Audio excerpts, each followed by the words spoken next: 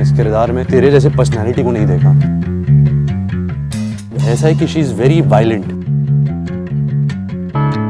एक बार जब हम कॉस्ट्यूम, हेयर और मेकअप में आते थे सेट पर, तो हमें लगता था कि हम 50s 60s बॉम्बे में खड़े हुए हैं।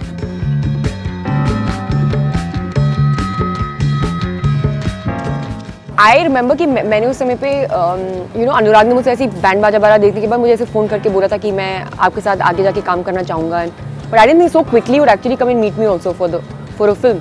And he did, and he offered me the script of Bombay Velvet. I was actually a bit surprised when I read the script because it's like, आपका एक प्रकार के जब आप roles कर रहे होते हैं and all that, sadly in the industry then people kind of, especially in the beginning of your career. तू ऐसी बात करी जैसे तेरे कुछ 10 साल का करियर था, 2 ही तो फिल्म की थी। That's what I was just saying, that especially in the beginning of your career, which was the beginning of my career, people offer you those kind of roles only. But then Anurag came to me and he offered me the character of Rosie, which I think was very different from anything that I had attempted before, and that's how it all started. Touching. It was a very touching story. I cried for 5 days. तो मेरी शुरुआत ऐसी हुई कि उस दौरान मैं एक फ़िल्म कर रहा था जो किस कारण नहीं हुई। तो जो इस फिल्म के प्रोड्यूसर है विकास, वो मेरे करीबी दोस्त हैं, उन्होंने मुझे एक स्क्रिप्ट दी और कहा कि पढ़ ले। तो मुझे याद है मैं बॉम्बे से दिल्ली जा रहा था फ़्लाइट पे, और मैंने फ़्लाइट पे पढ़ी। जैसे मैं दिल्ली में लैंड हुआ, मैंने अनुराग को फ़ोन किया और कहा कि मैंने अभी स्क्रिप्ट पढ़ी है बॉम्बे वेलवेट की, and I love it, I would love to do it. So Anurag ने कहा 1 मिनट, मैंने तो तुझे फिल्म ऑफ़र की नहीं है और ये स्क्रिप्ट तेरे पास कैसे पहुंची? तो मैंने समझाया कि विकास ने मुझे स्क्रिप्ट दी थी, कहा कि if you like it would you like to do it. तो अनुराग ने कहा कि गिव मी 2-3 डेज़, क्योंकि मैंने ऐसा सोचा नहीं था। जैसे अनुष्का कह रही थी कि मैंने भी इस रोल में, इस किरदार में तेरे जैसे पर्सनैलिटी को नहीं देखा। So he took 2-3 days, he called me after 2-3 days and said हाँ अब कुछ बात बन सकती है, I think I can see you in this role. तो that was my beginning of Bombay Velvet. जो फिल्म की कहानी है, जो दुनिया है, वो तो हम उस पर तो हम बहुत नज़रिया डाल के हमने ये फिल्म को पसंद की थी। बट आई थिंक जो लव स्टोरी है इस फिल्म की, I think that's the main, it's the main क्या बोलते हैं, it's a very unique kind of very passionate love story. In fact when I read it, I had not seen something like this on Indian screen. The kind of love that the two of them have towards each other. And the passion जो हम कहते हैं, it's passion between two children. Yeah.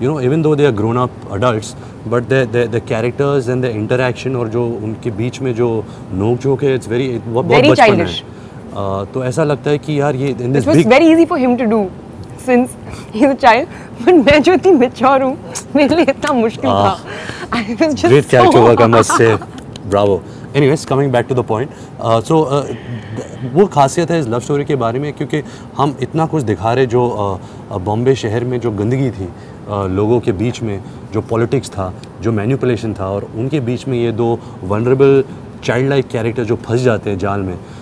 उनकी खुद की ambitions होती है, खुद की डिज़ायर्स होती है, खुद की चाहत होती है, और उसकी वजह से कैसे चीज़ें बदलने लगते हैं उनकी ज़िंदगी में। I think that was really interesting in the film. The character of रोज़ी ऐसा है कि शी इज़ वेरी वायलेंट। अगर उसको कुछ बुरा लगेगा वो थप्पड़ मार देगी, वो गाली दे देगी, बट उसका दिल साफ़ है, उसका दिल बच्चे के जैसा है कि वो जो वो कह रही है वही वो अंदर महसूस कर रही है। And I really like that quality. I think Johnny की क्वालिटी जो है कि वो अपने आप को बहुत टफ समझता है और बैड एज समझता है, लेकिन एक्चुअली वो बहुत ही अच्छा लड़का है जो रोज़ी के प्रति, जो उसकी जो फीलिंग्स हैं वो बहुत प्योर है, एंड वो उसको जेन्युइनली बहुत प्यार करता है। शायद दुनिया को वो लगे हुए आप अपने आप को बहुत टफ वो समझे, लेकिन अंदर से ही is a softie, and I think that's what's very cute about Johnny's character.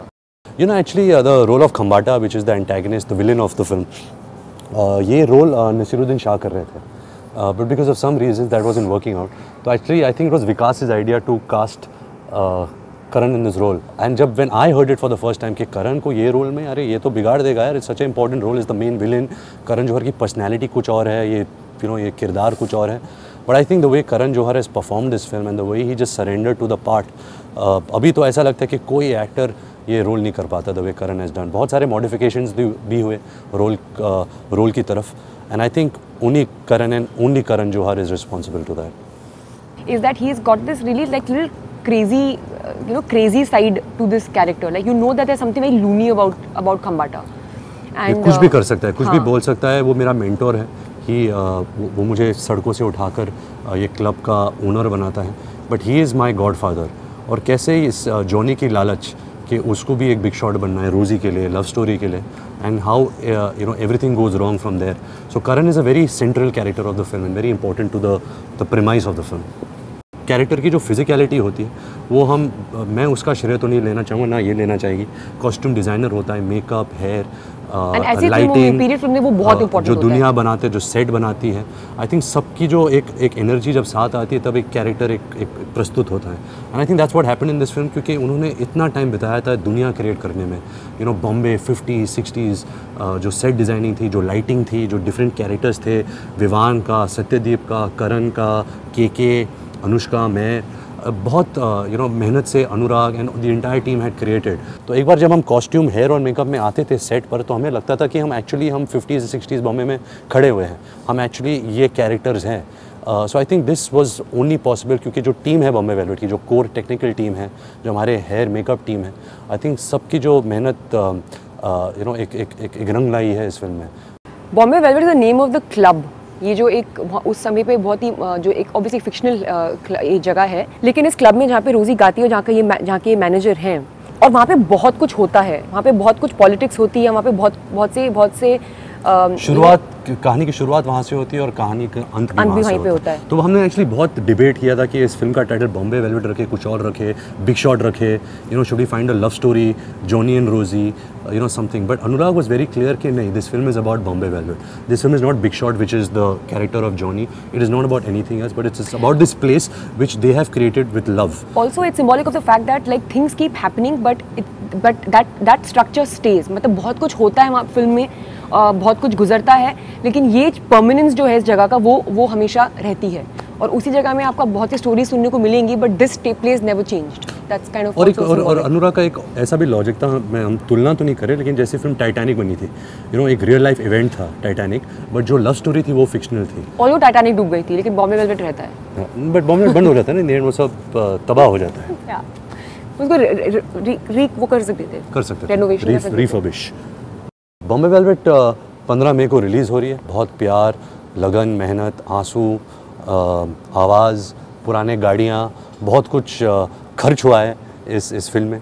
ये हमारे दिल के बहुत करीब है ये फिल्म। आई थिंक हमने महसूस किया इस फिल्म को, और हम यही चाहेंगे कि आप इस फिल्म को 15 मई को महसूस करें। So please give it a chance at a theatre near you.